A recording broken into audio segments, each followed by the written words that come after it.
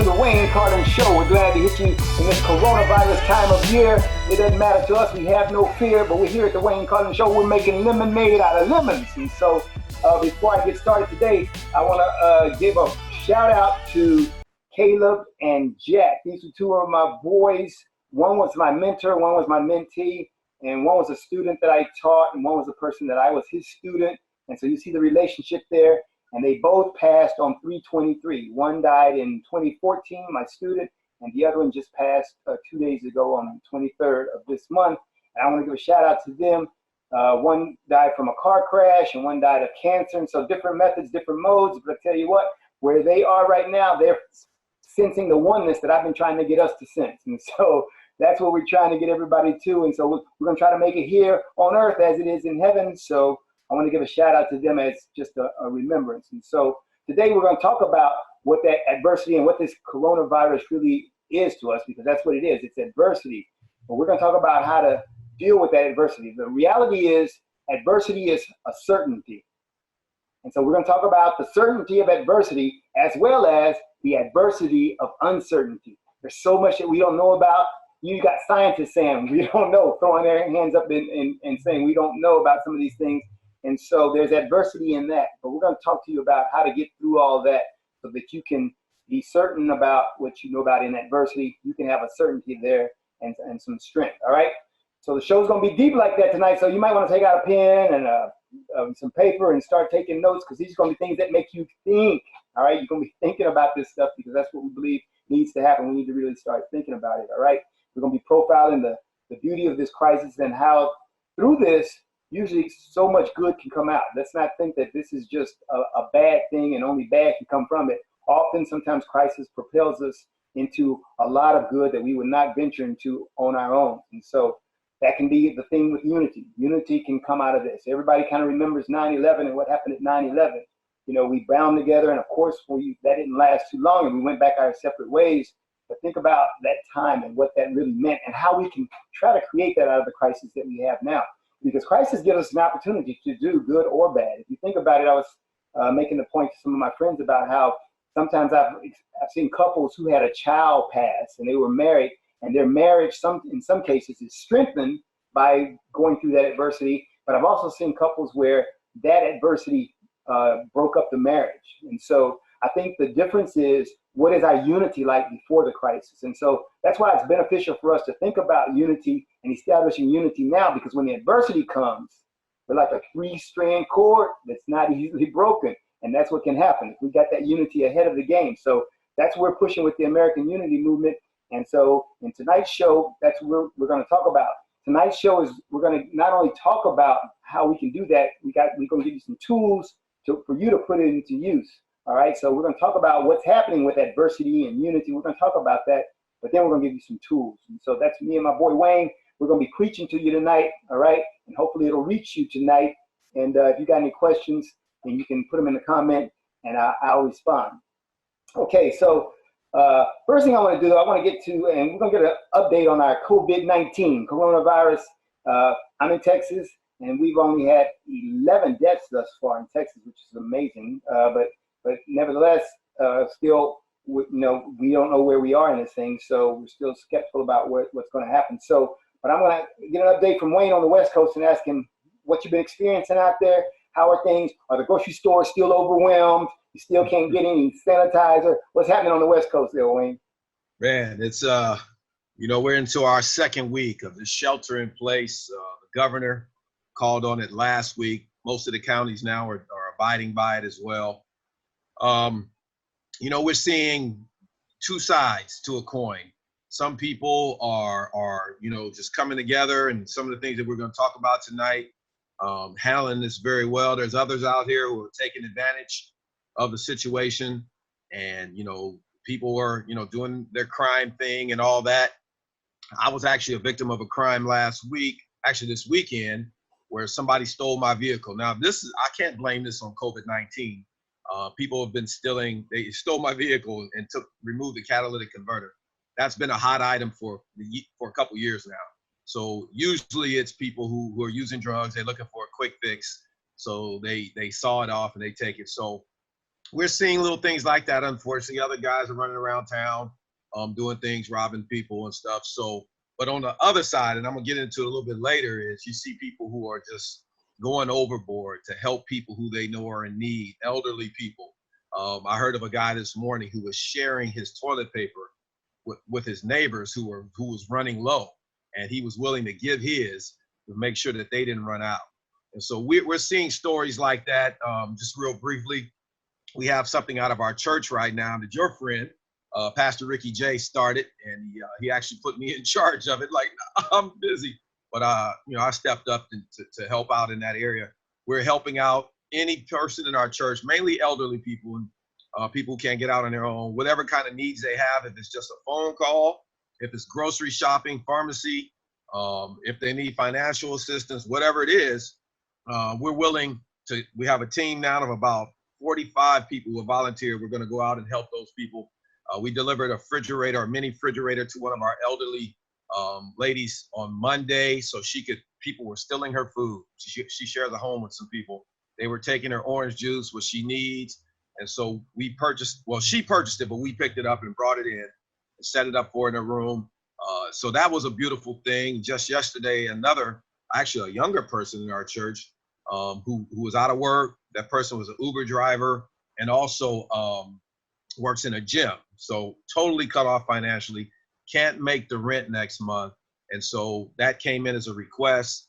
A couple people in our church stepped up, covered her rent, covered the rent for next month now, and just praying that they'll be able to find a job. So we're seeing both sides, man, and it's awesome. And, our job, like you said today, is to push people toward doing good things, because there's going to be bad people out there who are going to try to take advantage. We know that. But if we can get more people to do good things in a positive nature, we're going to be fine. And like you said, we're going to come through this. Hey, a question about some of those cities. Do you all, I don't know, because I've been checking kind of the coronavirus update each day by state. And so I kind of see what's happening by state. But do you all have a couple of cities that are that have most of your cases, or are they kind of spread out through all of California? Yeah, I haven't heard of any. And to be honest with you, I haven't been watching a lot of news just because I've been trying to not be on the negative side of it. I do watch some of it, but I haven't heard of any city that's, any more than any other. Even in San Francisco, where people are still kind of out in the public and doing different things. I haven't heard of a huge outbreak at this point. The city, they really were on lockdown before anybody else. The mayor over there, Mayor London Breed, she did a great job in getting everybody on board, and they're doing their best to curtail any major outbreak. So we'll see. I don't know to answer that question. Okay, yeah, well, I can tell you in Texas, I'm really not necessarily amazed, but Texas, of course, is so vast, and we got so much space here that.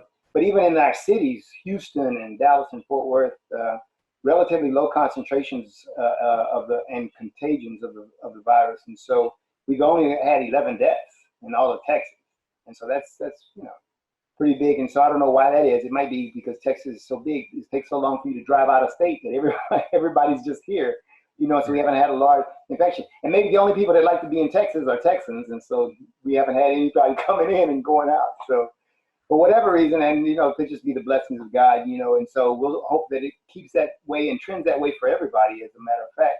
But right. So that's kind of what's happening in Texas. I've been looking at the stats, though, for our country and the United States. And if you look at New York and New Jersey, and actually if you took New York, New Jersey, and Louisiana, strangely, those three states, you've got about 80% of the United States cases. That's amazing. And so, and a lot of things go with that. A friend of mine told me, he said it could have been Louisiana because of Mardi Gras, because Mardi Gras may have happened, and maybe that was the reason they're so high. Maybe so, but I just think this is a really tough thing, and I think the experts are scratching their heads, as well as our leaders and medical professionals. And it's one of those things that's kind of like beyond man, where you need to start saying, hey, well, let's just pray about this, see what God's saying about this, and start factoring in everything, because I don't think anybody has the total package answer. And so we know only he does. And so that's something to be considered. So that's kind of where we stand on that's our COVID-19 update here on the Wayne Carlen Show from the national viewpoint. And so let's talk about some of these things. Let's talk about the theme of our show, which is talking about unity and adversity and the relationship between those things. Because I think that we were talking before the show, Wayne and I, and of course Marie was in on it too, and we were talking about how so many great things can come out of crisis. You know, I heard John Maxwell talking this week, and John Maxwell said, a crisis bumps us out of our comfort zone and into our creative zone. You know, because when we find a situation that is uncomfortable for us, we have to adjust, and we have to both mentally, physically, psychologically, in so many ways adjust. And so crisis comes to bump us out of that comfort into an uncharted area where we now got to make some adjustments. All right. So out of the comfort zone into our creative zone. So let's think about how can we be creative and make some lemonade out of these lemons that we got. All right. Because that's what coronavirus is. And so I've got 3 points that I want to cover when we talk about the relationship between unity and adversity. And I want to start with point number 1. Point number 1 says, unity isn't unity until it's tested and tried. And this is talking about the purpose of trials and why trials sometimes come in our lives. You know, I tell a story about a C.S. Lewis book called The Great Divorce, where the people who had everything they needed moved further apart from each other, and they began to rely on themselves. Why? Because if I've got all the money I need, why do I need you? If I've got all the things I need in my house, I don't need to go to your house. I don't need you because I got myself and I've got everything that I need. And you hear a lot of people who would like to be satisfied in having so that they can have everything that they need. Well, the thing about that is that made those people very relationally not dependent on anyone, so they didn't need people, and so they didn't have strong relationships. But so sometimes the scarcity and not having is what requires me to go, and old people remember this. If you're older than I am, 57, you'll remember neighbors say, hey, I'm going next door to borrow some flour. I'm going to borrow some milk. Neighbors did that. Because why? Because of scarcity. You know, after World War II and during the Vietnam War, there was a lot of scarcity in our country and people had to depend on people. And so sometimes that adversity comes about to bond us with other people. So unity sometimes is created out of that adversity. All right. So think about that. I mean, we always use the 9/11 scenario, but that's what happens out of adversity. It really does. Those trials come to make you realize this is greater than me. I need someone I can depend on to my right. I need someone who can help me on my left. We need to lock arms and we need to do this together because I am unable to do this by myself. And so adversity will create that in our lives. So, and you won't really know if you've got that. You know that your brother is your brother, but you find out your brother is your brother when you have to really depend on him, you know? So when that trial comes and this person comes through, then you're like, oh yeah, that guy's solid. One quick story before I go to point number 2. We were in Iraq and I was there and I was shocked that I had Iraqi bodyguards. When I got there, I was like, how do I know I can trust these guys? I don't know them. Don't they want to kill me just like the other guys, you know, whatever. And one day we had a very bad thing happen and we got overrun by some insurgents there at the Ministry of Health, which is where we were working out in Baghdad, what they call the red zone. And I still remember this so vividly. That one bodyguard that I thought might be the guy who killed me in Iraq stood up and with a machine gun held at bay. He risking his life. We had on flak vests and all this stuff. He didn't. And he stood out there with the machine gun, of course, that we'd supplied, and he held those people at bay and said, don't you take a move, I'm going to kill all of you. That's when I knew that this guy was down with us and that we were united and that I could trust him. And so that's the way it is. When the trials come, you find out what type of unity you have. And from then on, to this day, he's a Facebook friend, and he's in Iraq. Wow. And that's what I mean about the purpose of trials. They come to show you the unity that you have. And so you don't know that sometimes until the trial happens. All right, so that's what happens. All right, so point number 2, adversity closes the gap between people of different backgrounds and groups. All right, you think about this and think about coronavirus. Have you heard anybody say, well, you know, let's break this down. How many black people have coronavirus? You haven't heard that, have you? No, we don't do that. Why? Because this is something that infects us all. And guess what? Hate is like the coronavirus. It infects us all. But however, we seem to want to break it down into colors of hate and black and white. Why do we do that? No, we need to realize that adversity And just like this virus, it affects all people. It closes the gap so that we realize that we are all one. We're all facing the same thing, and we need to do that because otherwise we'll continue to say, because we very well could have done that with this virus and said, well, I'm not concerned because only they have it, And what you don't realize is whatever they have today will come to see you tomorrow. That's why we care about people. That's why we care about people that are not like us, regardless, because what affects one eventually affects us all. So the virus, I think, is teaching us that lesson. It's a very abstract lesson, but it's true. And that's what Dr. King used to say. He used to talk about how we were bound together in a single garment of destiny, and what affects one directly affects all indirectly. And so we need to understand that. So that's point number 2. Adversity closes the gap between people of different backgrounds and groups. All right, so that's true. And then my final point before I turn it over to El Wayne, when we talk about the relationship between unity and adversity, if the unity or bond is stronger than the adversity, then the adversity can be endured until it's over.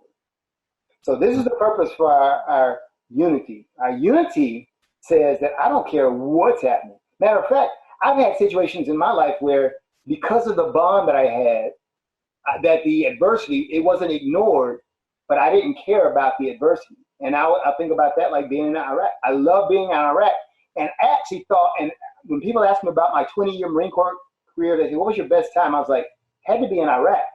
Why in Iraq when you're dodging bullets and thinking about your life being gone every day and they're firing mortars at you every day? How could that be the best time of my life?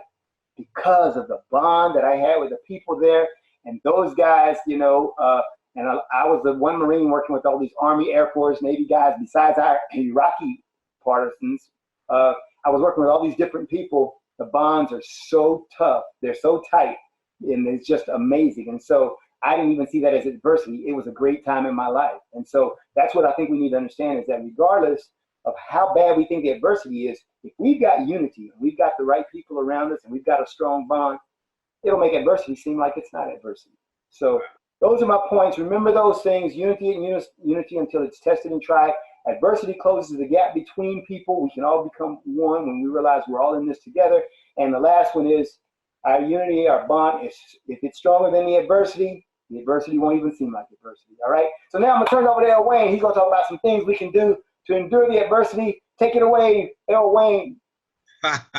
Yeah, I wanted to go back to a point you were making about how trials oftentimes, we want to remain in our comfort zone where we're comfortable.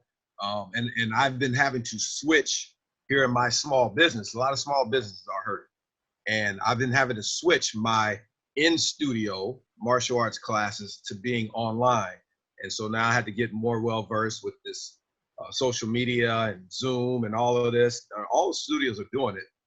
And I would just like to be able to turn on my camera and just that be it. But it takes a lot more than that. So I'm having to learn new things. I'm having to step out of my comfort zone. And like you said, a lot of times when you go through trials and you face tribulations and situations, you have to come out of your comfort zone. And I teach that to my students all the time. If somebody's going to attack you, it's not going to be comfortable. It's going to be a lot of fear involved. You're going to be scared. But if you freeze and you do nothing, they win. So you have to learn how to handle that situation. I'm just facing it in a different way right now, along with a lot of other instructors and studio owners, some older than me and never even heard of Zoom or Facebook Live. So thankfully, we've been using Zoom for a while, so I got a little background in it. But yeah, so getting out of that comfort zone, and one thing I'm talking about is exercising faith and not fear. I'm a man of faith, as you are, and I know a lot of people watching this as well, so I exercise my faith when all the things around you it looks like it's crumbling down. I mean, if you were just look at the news right now or look what's going on around you, it seems like we're done. It looks like one of those movies where everybody's going to die, everybody's going to catch the plague, and Thanos has come and he'll snap his fingers and it's going to be all over, but we can't look at it like that. I did catch on Facebook this morning where the governor of New York, he made a proclamation or a prediction that California was going to follow exactly what happened in New York. Well, that may seem the way, And you may think that, but we're not just going to sit back and accept that. We're going to do whatever we can do to keep our social distancing. We're going to practice good things. If we do have to go out, keep your hands clean and all that, get back in your home quickly. And we're going to do our best not to fall into the same category as New York did. So just because he said it or somebody else said it doesn't mean it's true. So don't fall into that category of fear just because somebody is trying to tell you this is what's going to happen. Right. Stay safe, remain safe. If you're a praying person like I am, like Carlen is, pray it. Speak the word over your life, and good things are going to come out of that. The second thing I will talk about is, you have opportunity right now to create and forge new relationships with people. You can't really get out and shake hands, obviously, and do those kind of things. But if you do go to the store, speak to that person. Say hello. If you're standing in line, keep your space, but be nice and kind to the people who are around you. We teach our students that all the time. We ask the little kids, what does courtesy mean? Their answer is, being nice and kind to everyone, sir. That's what they're required to say. We're teaching them to be courteous. If you're online, which you are, everybody's online now, meet somebody new, not to get into an argument with them over, what the president said. I'm staying clear of that. And you know me, Carlen, I can say a lot of negative things sometimes about our leadership, but I'm trying to stay clear of that right now because I want to have more of an atmosphere, which I'll talk about next. I want to put positive things out there, but meet new people, say hello. I was looking at, I think I mentioned earlier about a guy who shared his toilet paper with people in his neighborhood. If people were in need and if you can fulfill that need, go ahead and do it. It's going to go a long way in the long run. And so that's the last thing I was going to talk about is creating a climate of positivity. So I purposely have not passed on any negative information on social media. I have not said anything about the president's viewpoint, some of the things he said, which I do not agree with, some of the things he said, some of the names he called the virus and all that, especially out here, has led to a lot of stuff against our Asian American citizens, people who are descendants of people in China. A lot of them out here are being attacked, both verbally. Some of them have been spit on. Some have actually been physically assaulted. And it's not all because of what the comment that the president made. It's just that people are sin-based and they'll do some things that are just mean and evil. So hopefully, though, we'll use the correct words and we'll create that climate. When I get online with my students later on the day, I'm always encouraging them to do something positive, to read a book, keep their studies up. Again, if they're online, be nice to people. So we just need to create that climate because if we don't, the atmosphere is going to be full of negativity, and you know what that leads to. So we want to try to do our best to stay away from that, even in this crisis, remain positive, and then you create that climate of positivity around you. Really good stuff. Good stuff, really. So, and the key is it's up to us, people. The reality is you got experts saying they're not sure, and you got leaders making this point or that point or whatever. But we, the people, it's really up to us because regardless of what they're saying, what the experts are saying, the scientists are saying, it's about how we come together as the people of America. And when you think about it, this is a world crisis. And so, and while we don't have physical proximity to people around the world right now, we can have that virtually, and we can create this virtual world that says that we're going to build stronger bonds so that when we're able to then have physical bonds, then they're going to be built on something solid because we can come across with those sentiments of positivity and caring and compassion. We can come across with those things right now. And remember, the purpose that we do that is because that prepares the bond for the next crisis. Because the one thing that's sure that if you keep living, there'll be more of these. So it's nothing to get fearful from, but it's something to prepare for. Don't be fearful from it. You be prepared for it. And we do that now by the relationships that we develop. And so, hey, like I've got my boy El Wayne here that I've known forever. And I feel like you give me Wayne, you give me some of my other boys that I've got and just their families with them. I could be on an island, we could be totally out of food and we'll make it, because of the relationships I got, because I know that the people that are there, that care, and that together we're going to make things happen. And I want to do that for the entire country. That's what we're doing in our Erase Race movement. We're saying, let's come together. And if we come together, there's no mountain we can't climb. There's no ocean we can't cross. Nothing's too hard for us. So that's why we call it the American Unity Movement. So we want to thank y'all for joining with us this evening. We're going to, through the midst of the coronavirus, we're going to come up with new ways to engage you, both virtually and other aspects online. We're going to find some new ways to connect with you and get some feedback from you so that we can start the dialogue that we think is so important to making sure that we get the unity happening in our country. So I'm going to give Wayne a chance to give a shout out to y'all, and then we'll be out of here. All right, Wayne, say bye to the people. Yeah, guys, just, like Carlen was just saying, this is a time for all of us. The census form just went out. We all got those. And even though in that census, they try to distinguish us by either color or by, ethnic or origins or something like that, let's just remember that's not who we are. We truly are. We should be working towards being that one nation under God. We've all been saying that since we were little children. And we're one people. We're one race.